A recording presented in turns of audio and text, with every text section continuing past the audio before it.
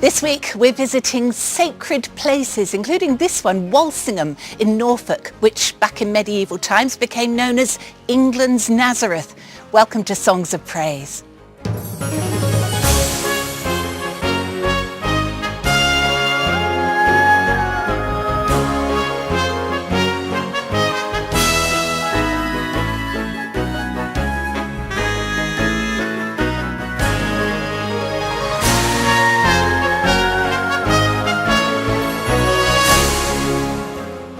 Also in the programme, there's another chance to see some of the holiest places we've visited over the last year, including Sean Fletcher joining modern Christian pilgrims walking across the sands to Mont Saint-Michel in Normandy, and Catherine Jenkins visiting the Cistercian monks of Holy Caldy Island off the coast of Tenby in South Wales. When I got here, I immediately felt at home. Some mysterious way I felt called by God to be here.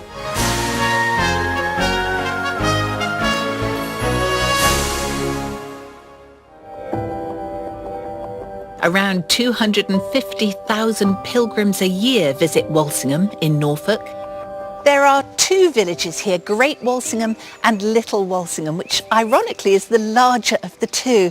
And it's here, Little Walsingham, that has been welcoming visitors and pilgrims for nearly 1,000 years.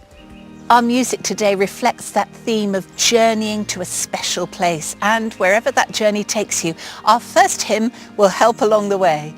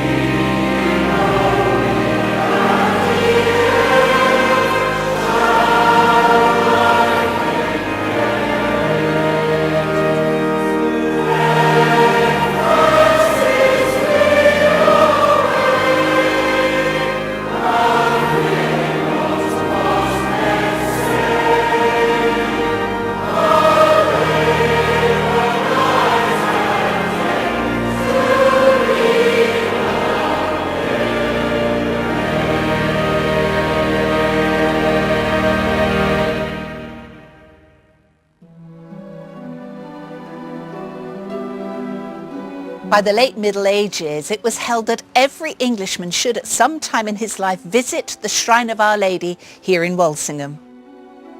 I'm meeting Father Armitage at the old priory to find out why over so many years Christians have been drawn to the site of the original shrine. Well, the story of Walsingham is a great place of pilgrimage, and pilgrimage is about something happened. And what happened here was that there was a woman of great faith, and she wanted to do something to honour the Mother of God. And Our Lady made it known to her that she wanted to build a replica of the Holy House. Now, the Holy House was that place in Nazareth where the angel Gabriel appeared to Our Lady to inform her that she would become the Mother of God. And so she asked Richeldes to build a replica of this house here in England so that the people of this country could share in her joy that her son became her saviour. And she wanted to share that joy with the people of England. That's why so many pilgrims come and share the message that God walks among us. So Richeldes did as she was asked and built the Holy House? Well, yes, they started, but it just wouldn't fit together properly according to the instructions that she had. And so they just left it. They didn't know quite what to do. It just wouldn't work. And they went to bed, and Richeldes prayed for guidance. And the story is that during the night, angels came and rebuilt it perfectly. And so the next morning when they came, there was the built Holy House, which of course was the Holy House that stayed until the Reformation. But tragically, at the Reformation, with the ending of the relationship of the Catholic Church in this country, the shrine, along with many other shrines and monasteries, were destroyed. Today's pilgrims have travelled from across the UK, including this group from Bedford. Why have you come? Why have any of you come? We come to thank the Lord for his mercies, looking after us and helping us in all that we do. Do you bring your special burdens or the things that are challenging you? I have my holding cross with me. Yeah, and I've got my rosary in my bag. Tell me about the Slipper Chapel. What's its role today? The Slipper Chapel was the gateway to the shrine here at Walsingham. And it is the place where the pilgrims who would have walked from all over England and even parts of Europe, they went to confession and they did the last mile, and that's called the Holy Mile. And pilgrims still do that today. Why do they take their shoes off? Because part of going on pilgrimage is doing penance. And penance is when you put aside your ordinary everyday things of life. And what you want to do is to be very focused. So fasting is a penance. Taking your shoes off is a penance. And so coming on pilgrimage is you're coming away from your ordinary everyday events of life, and you're doing something different to focus on what is most important in your life, your relationship with God. But that's not the end of the Walsingham story, as we'll find out later on at the rebuilt Holy House. Our next hymn, based on Psalm 139, marvels that God, who knows us, is always with us.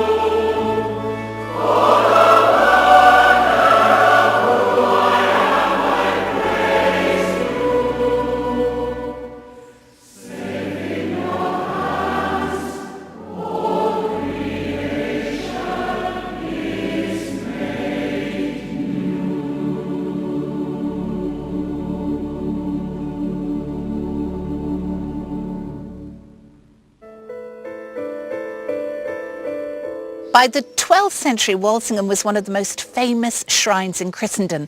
But across the English Channel in Normandy, another holy site dates back even further to the 8th century, Mont Saint-Michel. And last summer, Sean Fletcher joined some modern pilgrims as they made their way there.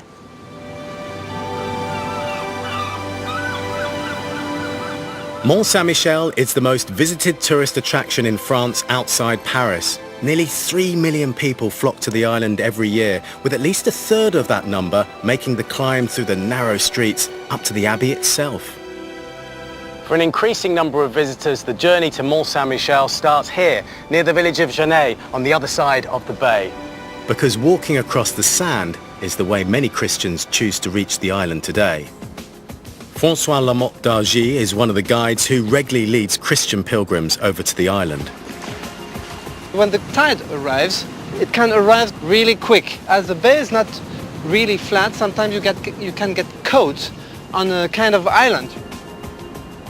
We're walking, it seems like a long way away. How far is it and how long will it take us? It takes more or less 3 hours 30 to hike there, and the distance is about 6-7 kilometers, so 4 or 5 miles, I would say.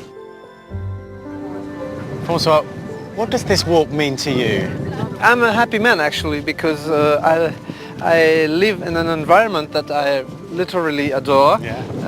Lovely. I'm someone who is really sensitive to the things of nature, and I'm also a Christian, so leading all these people is much more than only a physical move.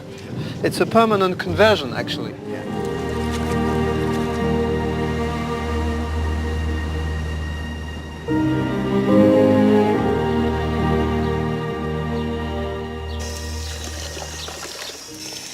Wow, we finally made it. How did you find that? That's great. Best way to arrive here. Walk like the pilgrims used to. That's really uplifting. It's lovely. Well, it was lovely to meet you. I'll let you finish. I'm off to the Abbey. Thank you. Thank you.